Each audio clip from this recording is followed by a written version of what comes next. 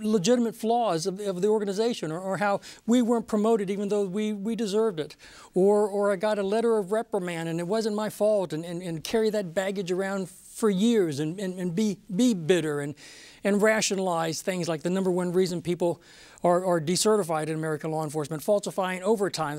That's not a coincidence. Stealing, what better way to get back at your own organization than to steal from them the same way they stole from me? That's why I never got promotion. I didn't get the promotion compensation. That I'm just getting back a little bit of what I deserve for my family. That's the rationalization. In other words, the anger then helps us rationalize our own demise. And you want a real challenge? Try this on for size.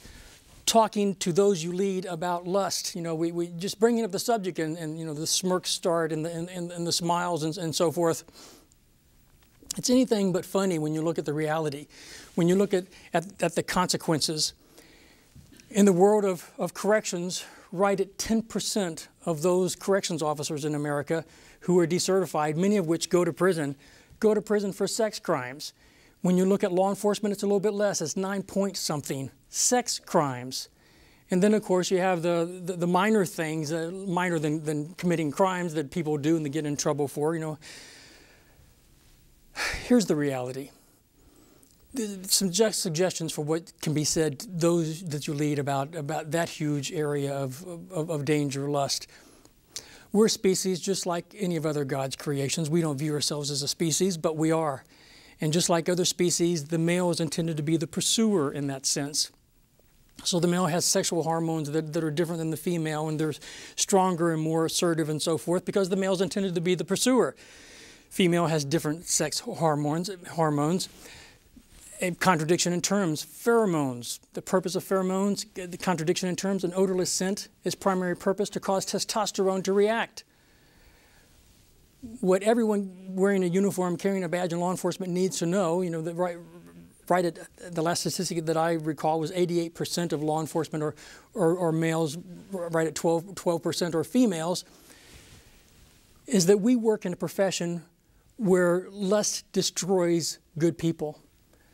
That traffic stop, or working with an informant, or the person who wants to get out of being arrested or getting a ticket or so forth, and the offer from the female to the male for sex. Legitimate physicians who are in medical school who study the subject of sexuality say that by clinical definition, if the male allows himself to stay in that position where the female sex hormones and the testosterone, the male sex hormones are flowing, the male can become literally, as clinical definition, intoxicated via the sex hormones. And then infatuation, affairs, the unexpected offers of sex that we just talked about. Putting that aside for a second, let's talk about infatuation. It's all about chemicals. Most people would never learn that infatuation is caused by the adrenaline family of chemicals in our body, a big assortment of chemicals. But the main points are that the feelings, the euphoria, the queasiness in the stomach, the can't stop thinking about the other person, can't pay attention at work, talking on the phone for hours, not being able to concentrate about anything. You wake up and you think about the other person, all those things, and you can't tell me that anyone listening to this segment hasn't been there. Most people experience that several times in their life. It's the thing that movies are made out of, you know, puppy love, so forth and so on. If that is caused by the adrenaline family of chemicals as opposed to another family of chemicals I'm going to talk about in a moment, they are destined to fade away. That's why you think you're falling in love, because the feelings are identical to falling in love, the permanent love, which is driven by the endorphin family of chemicals. But the adrenaline family of chemicals starts to dissipate between 6 months and 3 years. So the overwhelming feelings that you're having right now can be long gone a few months later. And of course, sometimes just one person has those feelings dissipate, and that's why, you know, marriages break up and romance stops and so forth. It's the endorphin family of chemicals that is true love. It just evolves into something more permanent and more stable and you know, warmth and security and so forth. It's what makes true love permanent. But the only way you know the difference is the test of time.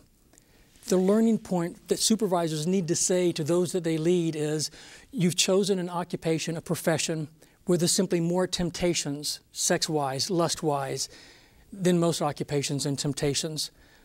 Think through now, before it happens, the consequences, the betrayal, not only to your badge, but perhaps to the people that love you the most, and the innocent victims of a sex scandal. Innocent children that had nothing to do with the situation and didn't deserve for their family to be broken apart. The next topic, greed. If we were to study the more than 2,000 cases of the largest study ever done about serious misconduct, the study of decertifications, we would find that at 47%, far more than any of the other motivators of anger, lust, greed, and peer pressure, greed is the #1 enemy for us. And we need to acknowledge that, and it needs to be said to everybody that you lead as a line supervisor. Greed, being a thief, in other words. I've mentioned that overtime, falsifying overtime reports, is the #1 most frequent act of serious misconduct at 19.9%. But there's a lot of ways that someone can steal. Who else has the power to be in closed businesses alone? Who else has the opportunity to be a thief?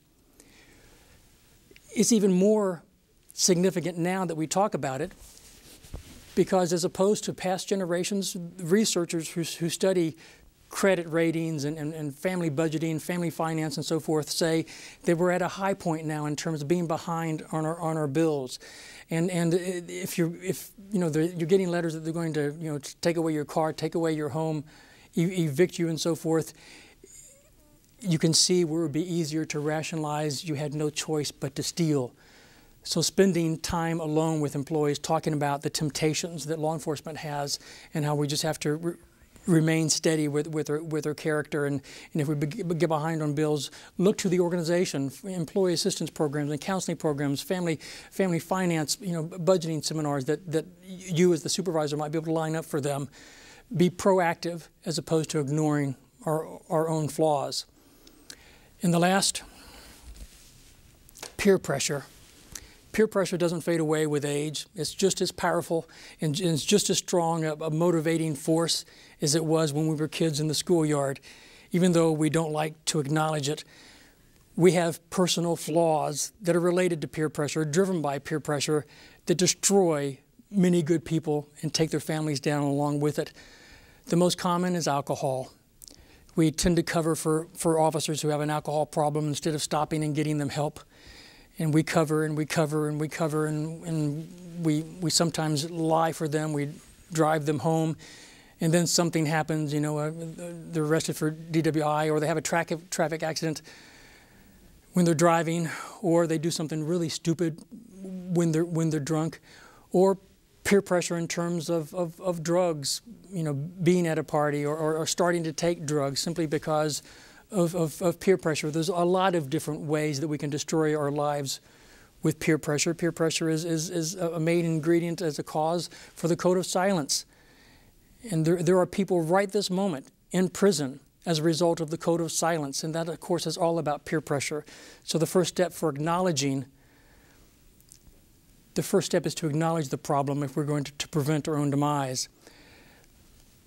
What I think is important here, in conclusion, is that line supervisors take the initiative to be proactive and sit down in private.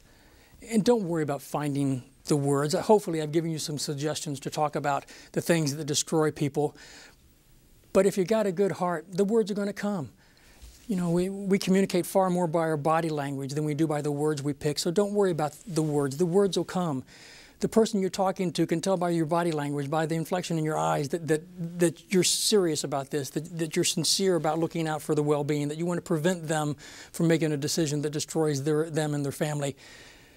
And isn't that what everybody wants in a supervisor? And many times we don't have that, and then our lives are miserable. So taking this step to have that conversation can make a world of difference for a person.